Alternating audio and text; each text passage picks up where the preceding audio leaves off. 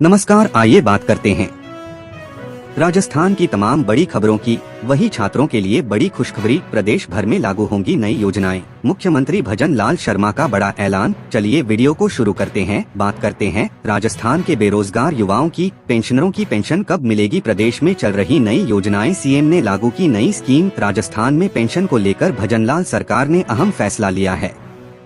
इसके तहत पेंशन के नियम में बदलाव किया गया है। राजस्थान में सर्दियों का असर अब पूरे शबाब पर है। सुबह की कड़ाके की ठंड ने लोगों को घरों में कैद कर दिया है। वहीं हवा की गुणवत्ता ने अपने तेवर दिखाने शुरू कर दिए हैं। कई जिलों में AQI 300 से ऊपर पहुंच गया है, जो गंभीर श्रेणी में आता है। खासकर बच्चों, बुजुर्गों और श्वास संबंधी बीमारियों से ग्रस्त लोगों के लिए यह स्थिति वायु प्रदूषण के स्तर को खतरनाक बना रही है। दूसरी ओर न्यूनतम तापमान सामान्य से 4 से 6 डिग्री नीचे लुढ़क गया है, जिससे ठंड का प्रकोप और तेज हो गया। मौसम विभाग ने नवंबर के 27 से 28 को नए पश्चिमी विक्षोभ के सक्रिय होने की चेतावनी जारी की है, जो हल्की बारिश या बूंदाबांदी ला सकता है। प्रदेश में ठंड का प्रकोप लगातार बढ़ रहा है। आज सुबह 7 बजे के तापमान ने रिकॉर्ड तोड़ दिए। शेखावाटी और आसपास के इलाकों में न्यूनतम तापमान 6 से 8 डिग्री के बीच रहा, जबकि राज्य के अधिकांश हिस्सों में 10 डिग्री से ऊपर रहा। ठंड का असर उत्तर और उत्तर पूर्वी जिलों में सबसे अधिक है। तापमान सामान्य से 4 से 6 डिग्री नीचे होने से दिन रात का अंतर और बढ़ गया है। दोपहर में धूप निकलने पर तापमान 25 से 28 डिग्री तक पहुंच सकता है, लेकिन सुबह शाम कड़ाके की सर्दी। किसानों को फसलें संरक्षित करने की सलाह दी गई है, जबकि शहरवासी गर्म कपड़ों और आग तापने का सहारा ले रहे हैं। मौसम विज्ञान केंद्र जयपुर ने आज जारी पूर्वानुमान में कहा है कि अगले 48 घंटों में मौसम में बदलाव का दौर शुरू हो सकता है। नवंबर के 27 से 28 को नया पश्चिमी विक्षोभ सक्रिय होने की संभावना है, जिससे राज्य के कुछ भागों में बादल छाने, कहीं कहीं हल्की बारिश या बूंदाबांदी हो सकती है। इससे ठंड और तेज हो जाएगी, साथ ही कोहरा भी बढ़ सकता है। फिलहाल नवंबर के 25 से 26 तक मौसम शुष्क रहेगा, लेकिन न्यूनतम तापमान में 2 से 3 डिग्री की गिरावट आ सकती है। यह विक्षोभ हिमालयी क्षेत्रों से प्रभावित होकर आएगा, जो उत्तर पश्चिम राजस्थान को ज्यादा असर करेगा। IMD ने येलो अलर्ट जारी किया है। राजस्थान में आर्थिक रूप से कमजोर परिवारों की बालिकाओं की पढ़ाई में सहारा देने के लिए राज्य सरकार ने इस साल आपकी बेटी योजना को और सुव्यवस्थित रूप में लागू किया है। विद्यालयों को निर्देश दिए हैं कि वे अपने यहां अध्ययनरत पात्र छात्राओं का विवरण 25 नवंबर तक पोर्टल पर ऑनलाइन भेज दें। इसके बाद शिक्षा विभाग की ओर से 30 नवंबर तक समग्र सत्यापन प्रक्रिया पूरी की जाएगी। योजना के तहत कक्षा 1 से 8 में पढ़ने वाली बालिकाओं को 2100 रुपए और कक्षा 9 से 12वीं तक की छात्राओं को 2500 रुपए की आर्थिक सहायता दी जाएगी। राशि सीधे जन आधार डेटा से जुड़े बैंक खातों के माध्यम से छात्राओं के खाते में ट्रांसफर होगी। योजना का लाभ उन बालिकाओं को मिलेगा जिनके माता पिता दोनों या उनमें से एक का निधन हो चुका हो।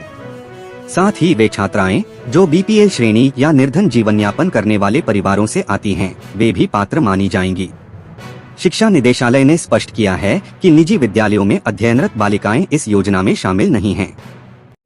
केवल सरकारी व सरकारी सहायता प्राप्त विद्यालयों की ही छात्राएं लाभान्वित होंगी।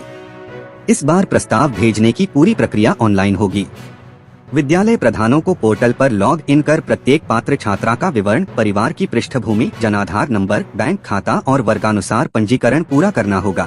जिन छात्राओं के दस्तावेज अधूरे हैं, उन्हें पहले ही सत्यापित कर पोर्टल पर सही प्रविष्टि करने को कहा गया है, ताकि सहायता राशि वितरण में किसी प्रकार की देरी न हो।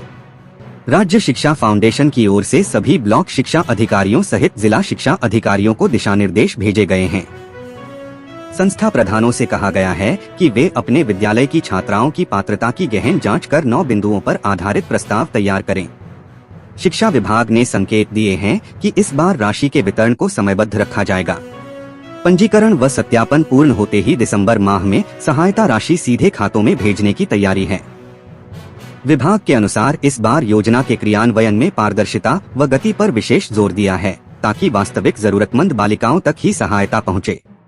शाला स्तर पर शिक्षक प्रधानों को यह भी कहा है कि वे किसी भी पात्र बालिका का नाम छूटने न दें और प्रस्ताव भेजने की अंतिम तिथि से पहले सभी प्रविष्टियां अपडेट कर दें। मुख्यमंत्री भजनलाल शर्मा 1 दिवसीय पाली दौरे पर रहेंगे। वह उदयपुर एयरपोर्ट से हेलीकॉप्टर के जरिए बाली विधानसभा क्षेत्र की चामुंडेरी रानावतान गांव पहुंचेंगे। जहां बाली विधानसभा क्षेत्र के विकास कार्यालय का लोकार्पण एवं शिलान्यास करेंगे। इस दौरान बाली विधायक पुष्पेंद्र सिंह राणावत सहित क्षेत्रीय जनप्रतिनिधियों एवं अधिकारी मौजूद रहेंगे। उसके पश्चात हेलीकॉप्टर के जरिए सीएम शर्मा सुमेरपुर विधानसभा क्षेत्र की नेत्रा गांव पहुंचेंगे, जहां मीरा माधव सरकार प्राण प्रतिष्ठा महोत्सव कार्यक्रम को लेकर नेत्रा गांव की श्री आशापुरा गौशाला में शिरकत करेंगे। यहां भाजपा प्रदेशाध्यक्ष मदन राठौड़, कैबिनेट मंत्री जोराराम कुमावत सहित क्षेत्रीय जनप्रतिनिधि एवं अधिकारी मौजूद रहेंगे। इसके बाद हेलीकॉप्टर के जरिए सोजत विधानसभा क्षेत्र के बिलावास गांव में श्री कृष्ण भगवान एवं देवी देवताओं की प्राण प्रतिष्ठा समारोह को लेकर श्री बिलावास गौशाला परिसर में आयोजित कार्यक्रम में शिरकत करेंगे, जहां सोजत विधायक शोभा चौहान सहित क्षेत्रीय जनप्रतिनिधि अधिकारी मौजूद रहेंगे। कार्यक्रम के पश्चात हेलीकॉप्टर के जरिए सीएम शर्मा जोधपुर एयरपोर्ट पहुंचने का कार्यक्रम है, जहां से जयपुर के लिए रवाना होंगे। सीएम शर्मा की एक दिवसीय तूफानी दौरे को लेकर प्रशासनिक स्तर पर सारी तैयारियां पूरी की जा चुकी हैं, तो वहीं जिला कलेक्टर एलएन मंत्री एवं पुलिस अधीक्षक आदर्श सिद्धू लगातार पूरी कार्यक्रम को लेकर मॉनिटर कर रहे हैं। संगठनात्मक स्तर पर भाजपा जिला अध्यक्ष सुनील भंडारी जिले के तीनों कार्यक्रमों को लेकर विधानसभावार संगठन के पदाधिकारी एवं कार्यकर्ताओं को जिम्मेदारी देकर मॉनिटरिंग कर रहे हैं। कांग्रेस प्रदेशाध्यक्ष गोविंद डोटासरा ने एसआईआर प्रक्रिया में अनियमितताओं के आरोप लगाते हुए दावा किया कि कांग्रेस समर्थित विधानसभा क्षेत्रों में बड़े पैमाने पर वोट काटने की तैयारी की जा रही है। एक विधानसभा क्षेत्र में 20 से 25 हजार वोट एसडी के नाम पर गायब किए जा रहे हैं। कांग्रेस प्रदेशाध्यक्ष डोटासरा ने आरोप लगाया कि बीएलओ की लॉगिन आईडी को दूसरी जगह से चलाया जा रहा है, जिससे मतदाता सूची में हेरफेर की आशंका है। कांग्रेस प्रदेशाध्यक्ष डोटासरा ने सोमवार को कांग्रेस मुख्यालय पर मीडिया से बातचीत में कहा कि एसडी प्रक्रिया में सबसे ज्यादा गड़बड़ी एब्सेंट कैटेगरी में हो रही है, जहां वोटर के घर पर न मिलने का हवाला देकर उसका नाम काट दिया जाता है। उन्होंने कहा कि शिफ्टेड में 50% और डेथ कैटेगरी में भी 10% तक बेईमानी की आशंका है।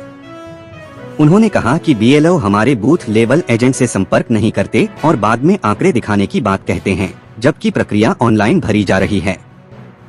अखिल भारतीय कांग्रेस कमेटी की ओर से 14 दिसंबर को दिल्ली में होने वाली वोट चोर गद्दी छोड़ महारैली की तैयारियों और एसआईआर अभियान की समीक्षा के लिए राजस्थान कांग्रेस की संयुक्त बैठक 29 नवंबर को प्रदेश कांग्रेस मुख्यालय पर होगी। बैठक की अध्यक्षता प्रदेश कांग्रेस अध्यक्ष गोविंद सिंह डोटासरा करेंगे, जबकि राजस्थान प्रभारी सुखजिंदर सिंह रंधावा सहित सभी बड़े नेता मौजूद रहेंगे। राजस्थान में 4 नवंबर से विशेष गहन पुनरीक्षण यानी सर कार्यक्रम शुरू हुआ है। 21 दिन बीत चुके हैं। गणना प्रपत्रों के डिजिटाइजेशन की गति लगातार बढ़ रही है। राजस्थान में निकाय और पंचायत चुनावों को लेकर राजनीतिक माहौल फिर गर्म हो गया है। नगरीय विकास एवं आवासन मंत्री झाबर सिंह खर्रा ने इन चुनावों को लेकर बड़ा बयान दिया है। लक्ष्मणगढ़ दौरे के दौरान मंत्री ने ओबीसी आरक्षण पर कड़ा रुख जाहिर करते हुए साफ कहा कि राज्य में बिना आरक्षण तय किए कोई भी चुनाव कराना संभव नहीं है। उन्होंने आरोप लगाया कि कांग्रेस इस मुद्दे पर जनता के बीच भ्रम फैलाने की कोशिश कर रही है।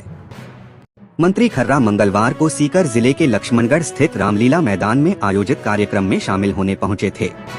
इस दौरान मंत्री खर्रा ने सरदार वल्लभ भाई पटेल की 150वीं जयंती पर निकाली गई एकता पदयात्रा को हरी झंडी दिखाकर रवाना किया। संबोधन के दौरान उन्होंने सरदार पटेल के योगदान को याद किया, लेकिन उनका मुख्य फोकस आगामी चुनावों और ओबीसी आरक्षण को लेकर बनी राजनीतिक चर्चा पर रहा। मंत्री खर्रा ने कहा कि राज्य सरकार ने सितंबर में ही निकाय और पंचायत चुनावों के लिए नोटिफिकेशन जारी कर दिया था, लेकिन 2 अहम प्रक्रियाएं अभी बाकी हैं। राज्य पिछड़ा वर्ग आयोग को ओबीसी आबादी से जुड़े नए आंकड़े जुटाने हैं। वहीं राज्य निर्वाचन विभाग को मतदाता सूची का अंतिम संशोधन पूरा करना है। उन्होंने स्पष्ट कहा कि इन दोनों औपचारिकताओं के पूरा होने के बाद ही चुनाव संभव होंगे और सरकार चाहती है कि निकाय और पंचायत दोनों चुनाव एक साथ करवाए जाएं। उन्होंने विपक्ष पर हमला बोलते हुए कहा कि कांग्रेस बिना ओबीसी आरक्षण व्यवस्था पूरी किए चुनाव कराने की बात कर रही है, जबकि बीजेपी सरकार ऐसा नहीं होने देगी। मंत्री खर्रा ने कहा कि ओबीसी समुदाय का अधिकार सुनिश्चित करना सरकार की प्राथमिकता है। चुनाव प्रक्रिया में थोड़ी देरी भले हो जाए, लेकिन आरक्षण तय किए बिना चुनाव नहीं होंगे। युवा नेता नरेश मीणा की कानूनी परेशानियां एक बार फिर बढ़ गई हैं। करौली जिले के सपोटरा थाने में प्रधानमंत्री नरेंद्र मोदी और मुख्यमंत्री भजनलाल शर्मा के खिलाफ कथित अभद्र टिप्पणी करने के मामले में उनके खिलाफ एफआईआर दर्ज की गई है। शिकायत भाजपा के जिला विधि प्रकोष्ठ के सह संयोजक विकास सिंह ने दर्ज कराई है। सपोटरा थाना पुलिस ने मामला दर्ज कर जांच शुरू कर दी है। बीते दिनों जिले के सपोटरा उपखंड की ग्राम पंचायत जोडली में डूंगरी बांध व सीपीसी लिंक योजना के विरोध में विशाल महापंचायत का आयोजन हुआ था। महापंचायत में हजारों की संख्या में किसान और स्थानीय लोगों में भाग लिया, जो बांध बनने की स्थिति में अपनी जमीन और गांव डूबने की आशंका को लेकर चिंतित थे। महापंचायत में कई बड़े नेता शामिल हुए। महापंचायत में नरेश मीणा ने भी मंच से भाषण दिया। एफआईआर में आरोप है कि इसी दौरान उन्होंने प्रधानमंत्री नरेंद्र मोदी और मुख्यमंत्री भजनलाल शर्मा के खिलाफ आपत्तिजनक और अभद्र टिप्पणियां कर दी, जिसके वीडियो क्लिप सोशल मीडिया पर भी वायरल हो रहे हैं। नरेश मीणा की टिप्पणी को लेकर भाजपा जिला विधि प्रकोष्ठ के सह संयोजक विकास सिंह ने सपोटरा थाने में लिखित शिकायत दी। शिकायत में आरोप लगाया गया कि नरेश मीणा ने ऊंचे संवैधानिक पदों पर बैठे नेताओं के खिलाफ सार्वजनिक मंच से अभद्र भाषा का इस्तेमाल कर न सिर्फ उनकी छवि को ठेस पहुंचाई, बल्कि पद की गरिमा का भी उल्लंघन किया। शिकायत के आधार पर सपोटरा थाना पुलिस ने नरेश मीणा के खिलाफ प्राथमिकी दर्ज कर जाँच शुरू कर दी है।